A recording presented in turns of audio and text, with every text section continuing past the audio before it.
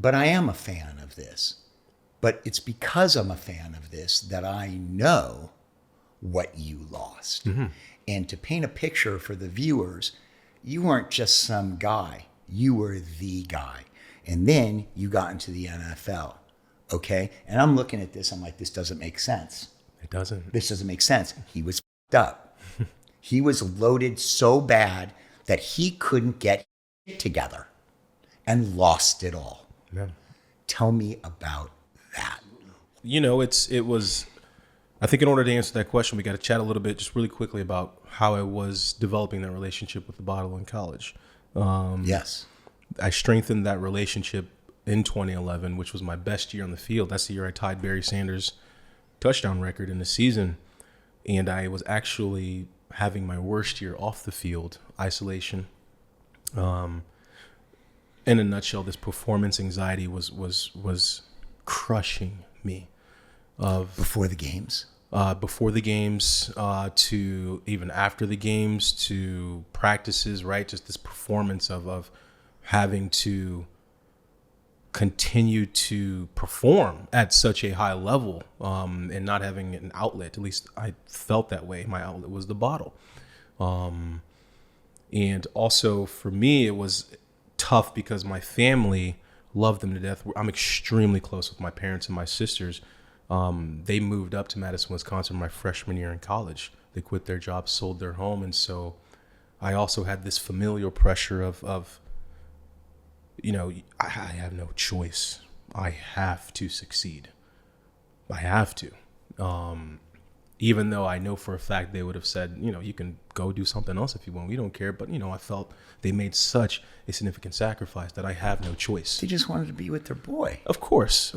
But, you know, in a impressionable stage in my life, 16, 17, 18, or whatever it was, I went towards the most accessible option, which was alcohol at the time. And so I really started to develop that relationship then. And fast forward to getting drafted by my favorite team, it was like, hey, mom and dad, see, nothing's wrong with me. I'm accomplishing my dreams.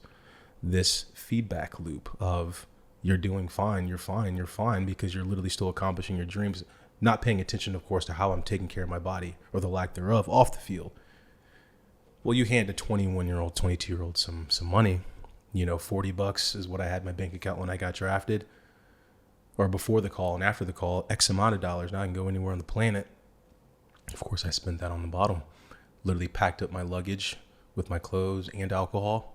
I took off to Denver, Colorado. And in this process of playing for my favorite team, my ego swelled up as well.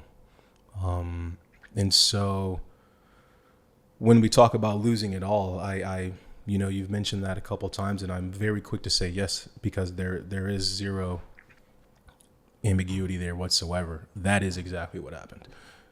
Because once I played in the Super Bowl my rookie year, side by side with Peyton Manning, to come back for 2014, I tear my groin week 4 because I'm not taking care of my body.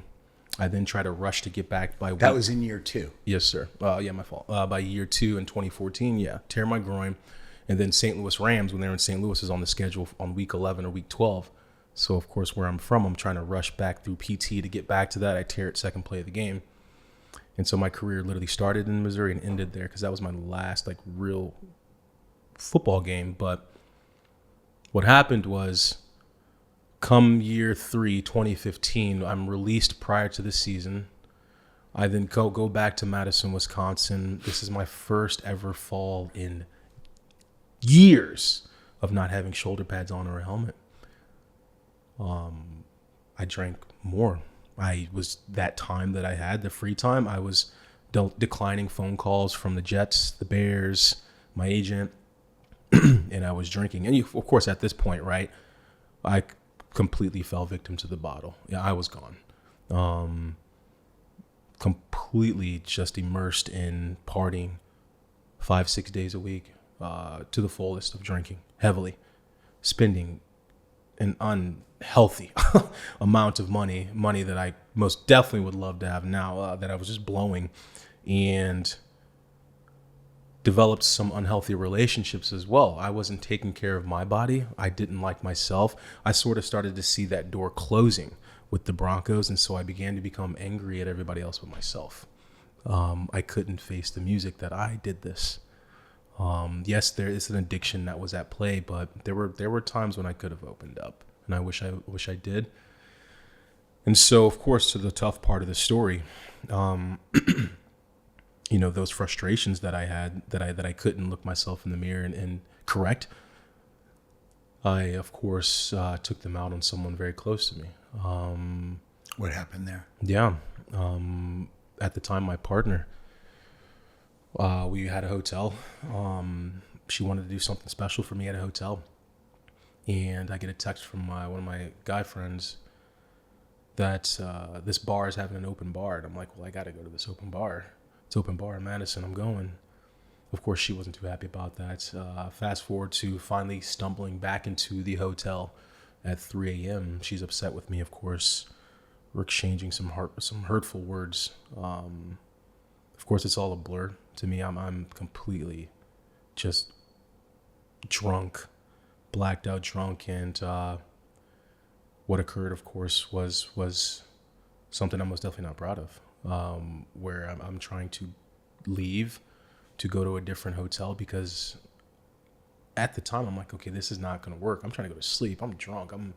I want to go to bed. And she, of course, rightfully so, wanted to get her words out because I hurt her emotionally at the time. But what occurred was I shoved her away from me pretty aggressively, and she injured her leg on a desk, and cowardly Montee at the time didn't try to help her and walked out of the hotel.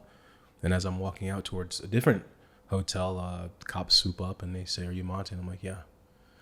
And so that mistake, I lost everything, literally in that moment, rightfully so.